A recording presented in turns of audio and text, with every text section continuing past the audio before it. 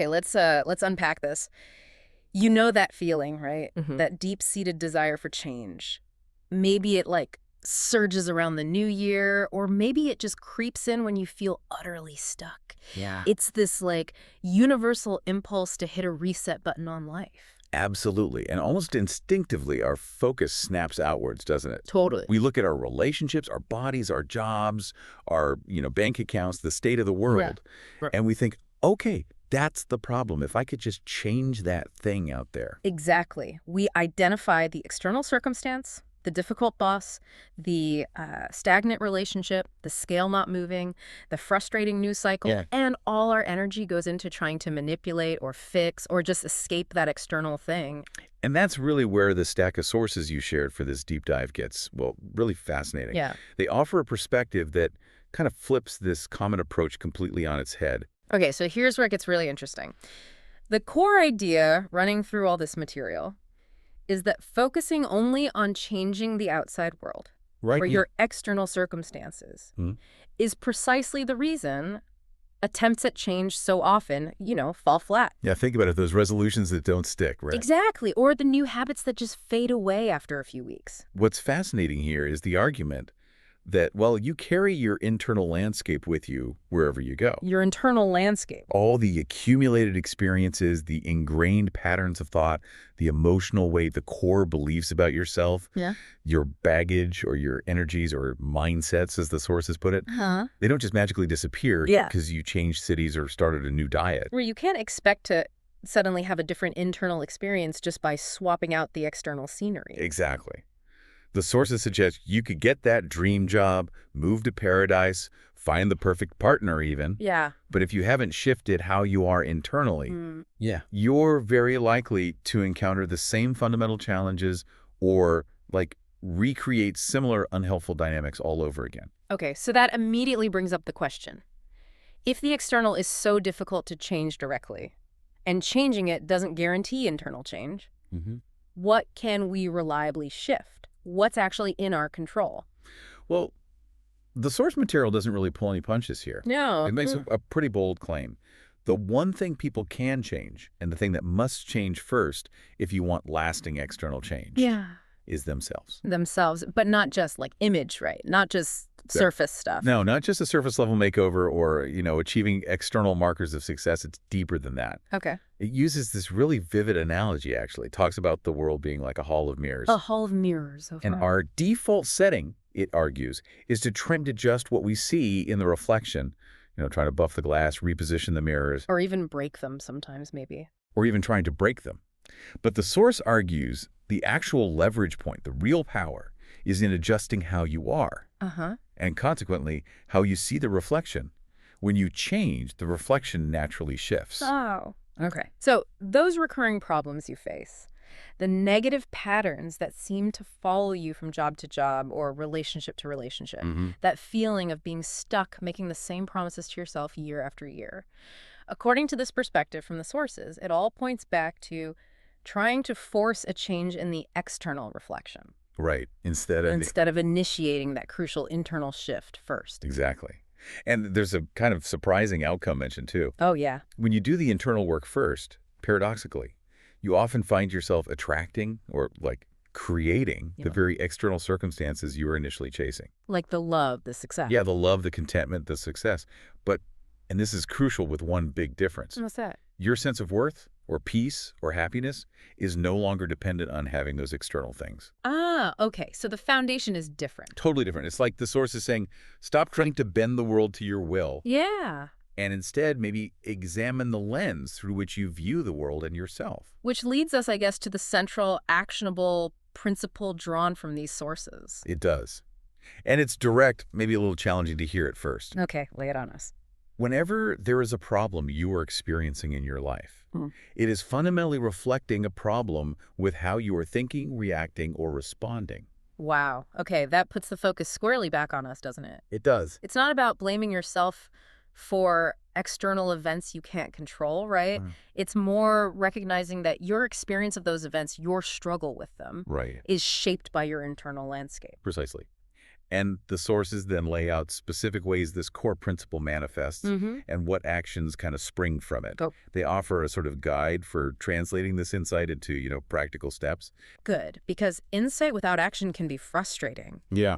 So let's look at some of these practical applications. This idea that your external experience reflects your internal state and response. How does that play out? Well, one really powerful application is the idea that whatever you feel, you are not receiving in life. Uh-huh.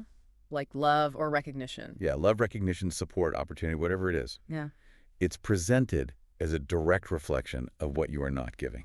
That's counterintuitive for a lot of people, I think. It really is. We feel a lack, and the instinct is to try and get it or demand it, maybe, but the source says the path to getting is giving. Right. Or consider this one. Whatever you find yourself most angered by in others or in the world is actually what you aren't willing to see or accept in yourself. Oof.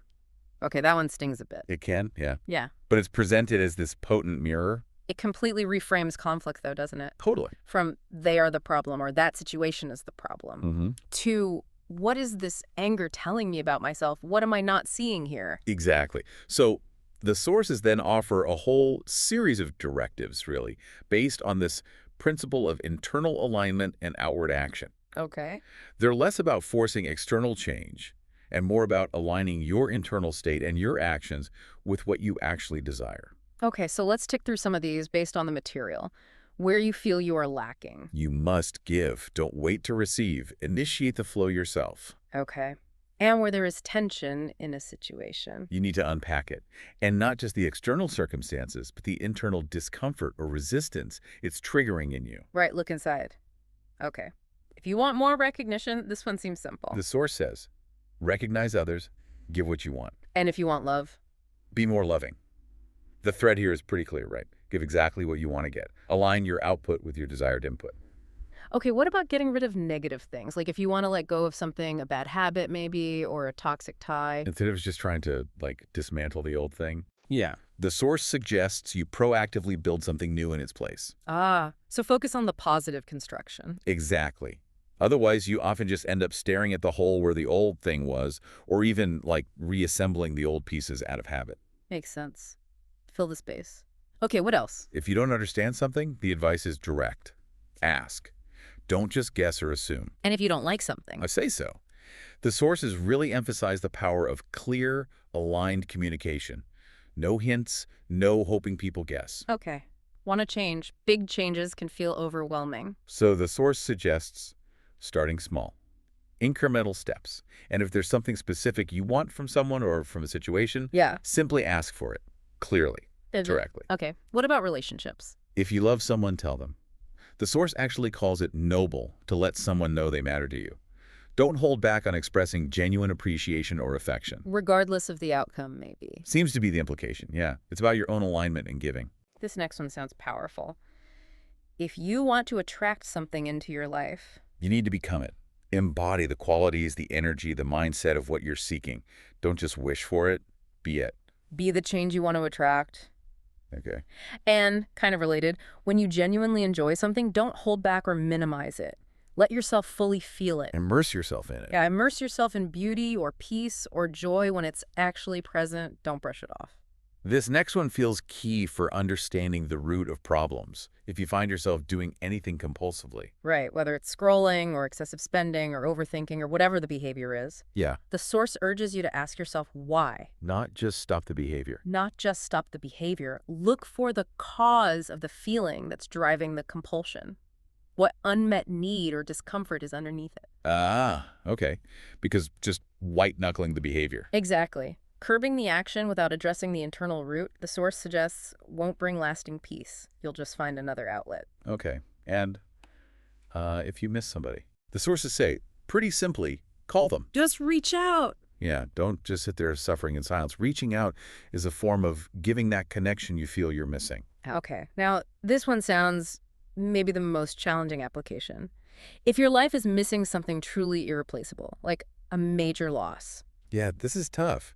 The sources suggest you can't just patchwork over that kind of void. Right. They suggest you may need to actually restructure completely and build anew. Wow.